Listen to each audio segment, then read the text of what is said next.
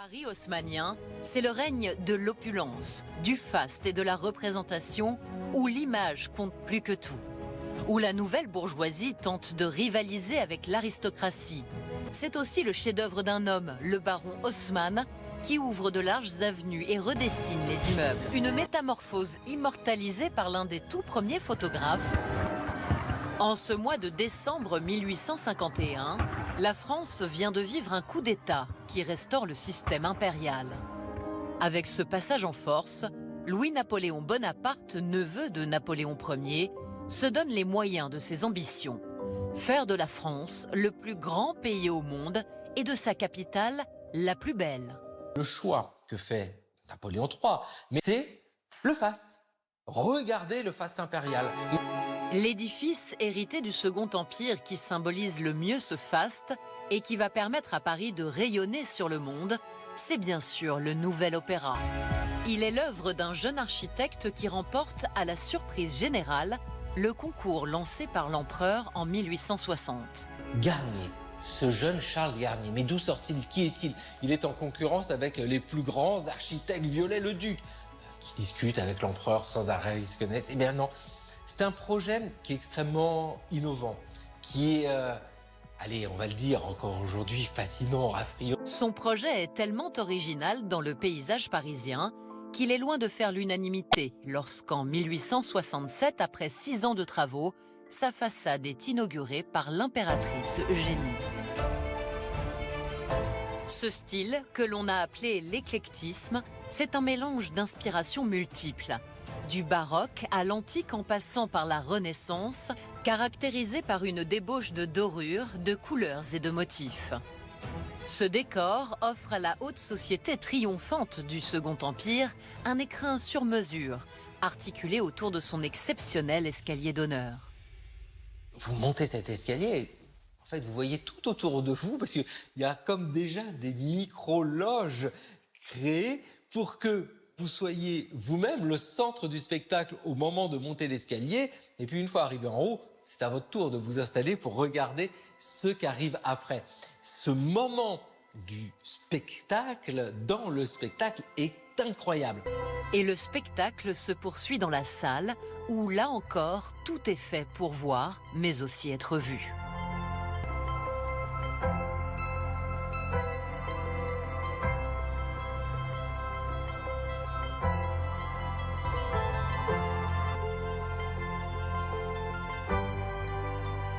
Les loges les plus spectaculaires sont celles de l'empereur et de l'impératrice, situées au plus près de la scène.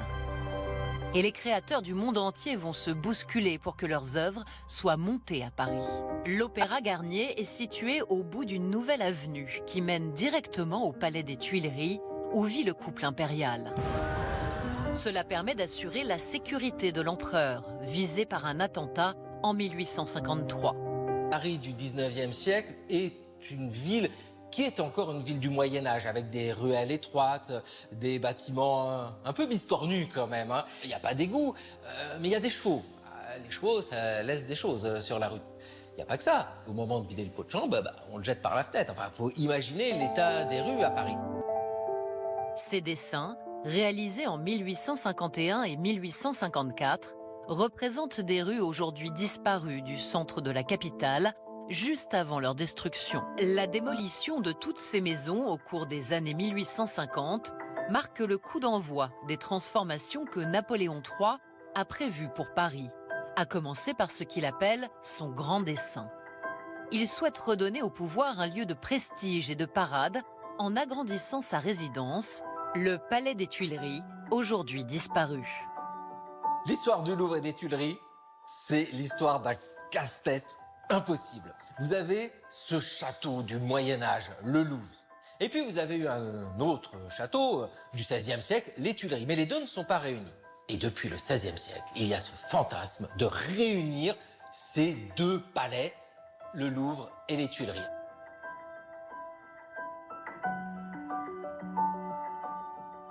Et lui prétend faire cette réalisation en l'espace de quelques années. 5 ans suffiront à l'empereur pour réaliser ce que ses prédécesseurs n'avaient pas réussi à accomplir. Ce chef-d'œuvre architectural, inauguré le 14 août 1857, permet à Napoléon III d'inscrire son règne dans l'histoire de France. Le Louvre et les Tuileries réunies sont destinés à manifester la centralisation du pouvoir. Napoléon et Eugénie résident aux Tuileries, mais il y a des ministères qui sont logés dans toutes les ailes qui ont été créées, notamment.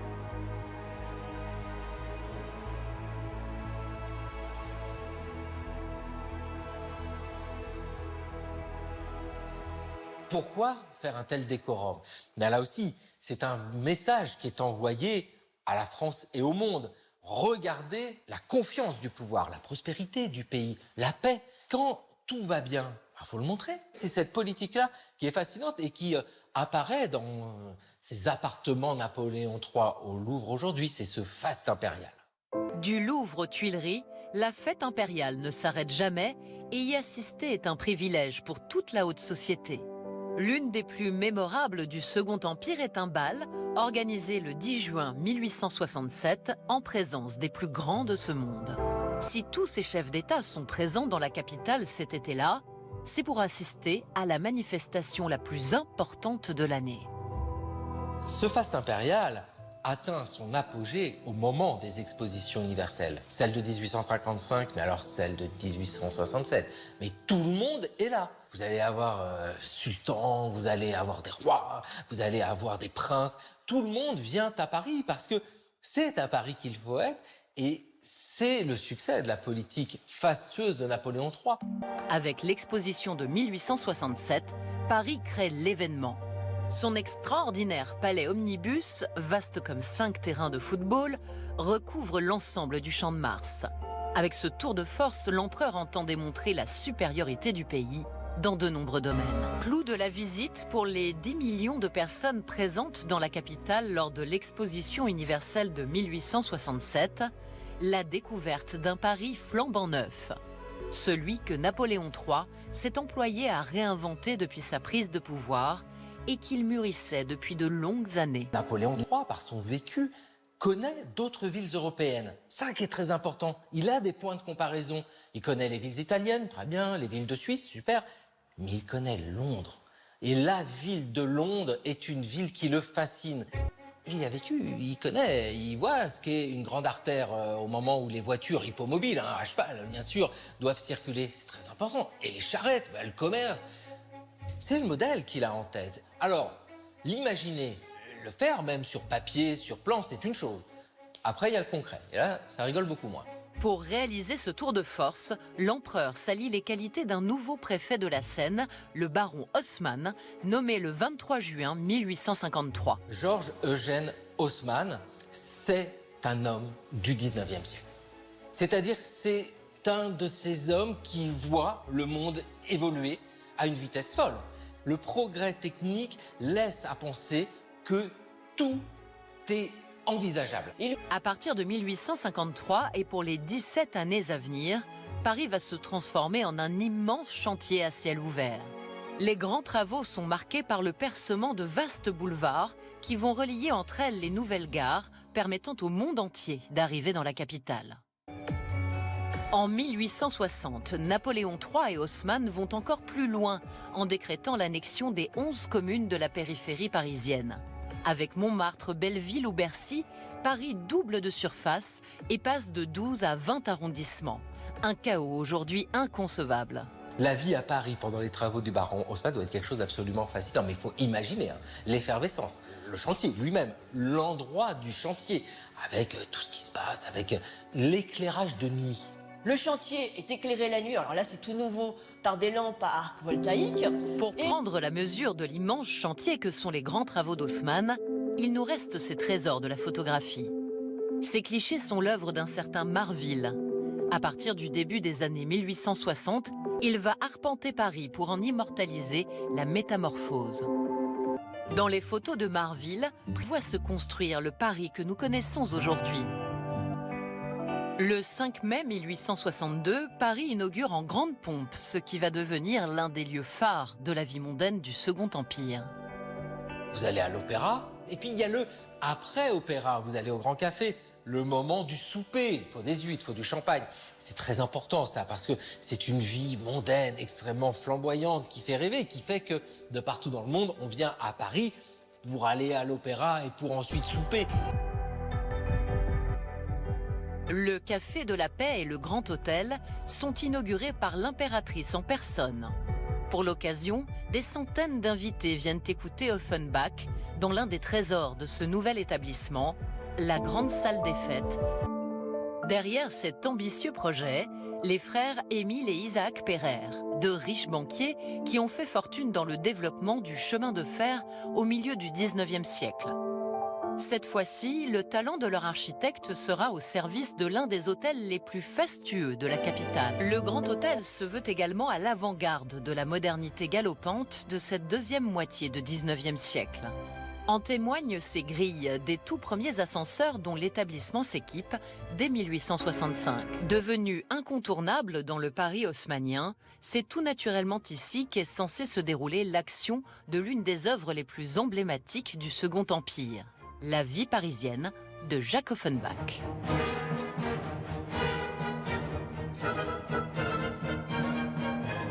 L'argument de cet opéra bouffe, c'est monsieur et madame de Gondremarck qui débarquent à Paris et qui veulent s'amuser, découvrir la vie parisienne, sans fourrer jusque-là, comme le dit un célèbre air. Je peux m'en fourrer jusque-là. Je peux m'en fourrer jusque-là. Porte la lettre habite là. Je veux m'en fourrer jusque-là. Et décide de louer les services d'un guide qui va les emmener voir tous les plaisirs, tous les amusements que la ville peut offrir à cette époque-là. Le spectacle est un immense succès qui affiche complet pendant plus d'1 an et demi. Parmi les personnages de l'opéra bouffe, Metella incarne une figure incontournable de la vie parisienne sous le Second Empire. Les cocottes, aussi appelées lionnes ou courtisanes. Les courtisanes, sous Napoléon III, voient leur grand triomphe. Elles sont en effet très nombreuses. Sous le Second Empire, la capitale s'enrichit de nombreux hôtels particuliers. Mais ce qui redessine véritablement le paysage parisien, ce sont les lignes uniques au monde des immeubles haussmanniens, devenus l'un des symboles de Paris. Cette façade est tout à fait caractéristique de l'immeuble haussmannien. Le rez-de-chaussée est un rez-de-chaussée utilisé par les commerces. Et d'ailleurs, vous pouvez noter sur le rez-de-chaussée que ces commerces sont parfaitement éclairés avec des colonnes métalliques en fonte qui permettent de dégager l'espace et donc de faire entrer la lumière à l'intérieur du bâtiment.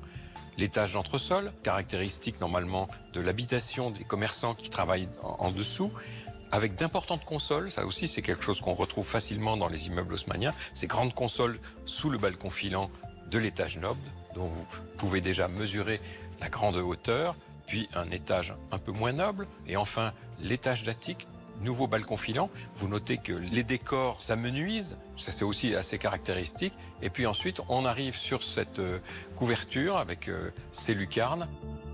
Cette maquette nous permet de voir l'envers du décor, avec l'une des innovations de l'immeuble haussmannien, sa cour intérieure. L'escalier de service est ici, les cuisines caractérisées par leur garde-manger en bois, pas d'électricité, pas de réfrigérateur, donc le garde-manger est indispensable. Et ensuite, une chambre, la cage d'escalier principale qui doit être éclairée. Le meilleur moyen de l'éclairer, c'est encore l'éclairage naturel. Il y a en général des vitraux parce qu'il est central. Donc les vitraux sont un bon écran. Ils permettent l'éclairage naturel, mais en même temps, ils interdisent la vue directe sur les différents appartements. Si vous regardez au deuxième étage, vous avez ce grand bourgeois assis dans un fauteuil qui est bien repu et qui lève les bras au ciel et qui est absolument content de son sort. Tandis qu'à l'avant-dernier étage, vous avez le propriétaire qui vient réclamer son loyer à un pauvre qui a juste un sac de tous ses biens. Quant au dernier étage, c'est encore une fois les pauvres. Donc les gens vivent sous des parapluies qui les abritent des fuites. Et il reste encore quelques chats. L'extraordinaire modernité de ces appartements haussmanniens, raccordés au tout premier réseau d'eau courante. Quand on voit arriver un robinet chez soi, c'est pas rien, quoi. Parce que là, on se rappelle comment on faisait avant ou comment faisaient ses parents. Il faut descendre avec un seau, aller à la fontaine, ou si on a un peu d'argent, on paye un porteur d'eau. Il faut monter l'eau. Et l'eau, c'est précieux quand vous en avez qu'un ou deux seaux. Et c'est là que le robinet, avec l'eau qui arrive à tous les étages, mais révolution. L'architecture haussmannienne redessine les immeubles d'habitation, mais elle symbolise aussi l'extraordinaire croissance économique de cette période. Exemple avec l'hôtel des Italiens, siège d'une grande banque créée au milieu du 19e siècle, aménagé sur les grands boulevards. Sous l'impulsion de Napoléon III, le quartier a trouvé une vraie dynamique à la fois économique, puisque vous avez la bourse qui est à proximité, vous avez la Banque de France qui est implantée ici depuis 1808, et vous avez du coup les dandys qui viennent le soir à l'opéra profiter des cafés, profiter des théâtres. Donc toute une vie mondaine qui s'est déplacée. Vous êtes à la fois au triangle des affaires et au cœur de la vie mondaine parisienne. Sous Napoléon III, les banques ont désormais pignon sur rue et n'hésitent pas à afficher leur réussite pour attirer les clients. Voici le seul pavillon des Halles de Paris sauvé de la destruction en 1972. Remonté à Nogent-sur-Marne, en région parisienne, il est l'unique témoin du réaménagement du grand marché central de la capitale sous le Second Empire. Ce trésor de modernité a été conçu par un homme qui a marqué l'histoire de l'architecture, Victor Baltard. La fonte et le verre seront donc la base de l'architecture Baltard. Construits entre 1854 et 1874, les pavillons Baltard feront battre le cœur de la capitale pendant près d'un siècle. Le 11e tome de la saga des Rougon-Macquart plonge dans les coulisses de l'une des plus spectaculaires inventions du Second Empire, les grands magasins. Le personnage principal, qui est Octave Mouret, est inspiré d'Aristide Boucicaut, qui est le propriétaire du Bon Marché. Si Zola a pris pour modèle ce grand magasin parisien, c'est parce que son charismatique fondateur, Aristide Boucicaut, a inventé le commerce moderne. L'industrialisation permet de fabriquer plus pour moins cher. Et grâce au chemin de fer, les produits arrivent plus vite et plus facilement jusqu'à la capitale. Enfin, les omnibus parisiens acheminent les riches bourgeoises jusqu'aux grands magasins. Pour fidéliser ses clientes, Aristide Boucicaut va mettre en place une offre commerciale totalement révolutionnaire. À l'époque, il y avait ce qu'on appelait l'obligation tacite d'achat. Vous entrez dans un magasin, vous entrez pour acheter. C'est extrêmement mal vu de partir sans rien prendre. Pas chez Boucicaut. Boucicaut, si vous voulez entrer juste pour regarder, il n'y a aucun problème. Le fait de fixer les prix, de ne pas faire le commerce à la binette, à la tête du client, comme on faisait, de montrer les produits. Aristide Boucicaut, lui, il sort tout, il montre tout, on peut toucher les vêtements, on peut les essayer. Quand on n'est pas satisfait, on peut revenir et se les faire rembourser. Ça, c'est complètement nouveau aussi. Au pied du grand magasin, un square est aménagé, comme de très nombreux autres sous le Second Empire. Les espaces verdoyants, comme on les appelle alors, sont une autre innovation majeure du Paris haussmannien. Pour la première fois, les habitants ont accès gratuitement à des jardins sans dépendre du bon vouloir d'un souverain. Il faut du verre, il faut des parcs. Et puis, il y a des épidémies terrifiantes. En 1832, l'épidémie de choléra à Paris, mais ça a fait des ravages. Donc, l'idée d'assainir la ville est vraiment une préoccupation. Pour verdir la capitale, le préfet Haussmann fait appel à un ingénieur des ponts et chaussées, Adolphe Alphand. Ces jardins, alors là, transforment complètement la vie des Parisiens et des Parisiennes.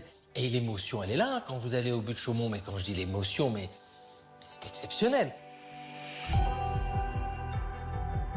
But de Chaumont, dans l'est de Paris, c'est le trésor d'art paysager du Second Empire. Avant l'imaginaire d'un parc sur le lieu, nous sommes ici dans des paysages tout à fait désolés et tout à fait industrieux. Il y a ce qu'on appelle les carrières à plâtre, très peu de végétation puisque les sols sont constitués de marne et de gypse. Et puis il y a des usines, notamment celles qui traitaient tous les déchets parisiens. Il y avait là les ateliers d'équarrissage, donc que des sources de nuisances olfactives. C'est important que... En moins d'un an, ce que l'on appelait le Mont Chauve va devenir l'un des plus beaux parcs de la capitale. Avec les buts de Chaumont et tous les nouveaux parcs et jardins de la capitale, Napoléon III et le baron Haussmann apportent la touche finale à leur grand projet pour Paris. Ce qui est formidable avec ce Paris haussmannien, c'est qu'il parle aux Parisiens, évidemment, à l'ensemble de la France, parce qu'on va trouver dans toutes les grandes villes de France un écho à ces grands travaux d'Haussmann, mais surtout ce Paris haussmannien parle au monde entier. Dans cette ville souveraine, je ne ferai qu'un court séjour. J'y resterai 3 mois peut-être. Or 3 mois c'est bien peu je crois. Surtout quand on veut tout connaître. Aussi je veux dans ces 3 mois Je veux m'enfourrer, fourrer jusque-là.